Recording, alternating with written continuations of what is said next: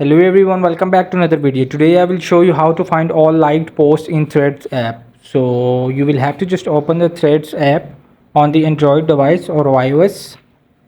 Which phone you have, you will just open the first the Threads app, and what you have to gonna do, you will have to just the right bottom of settings.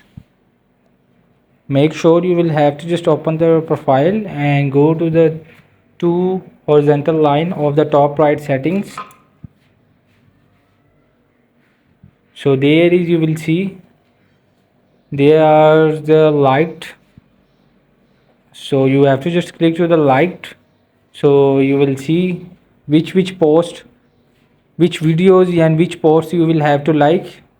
You will see the history of there.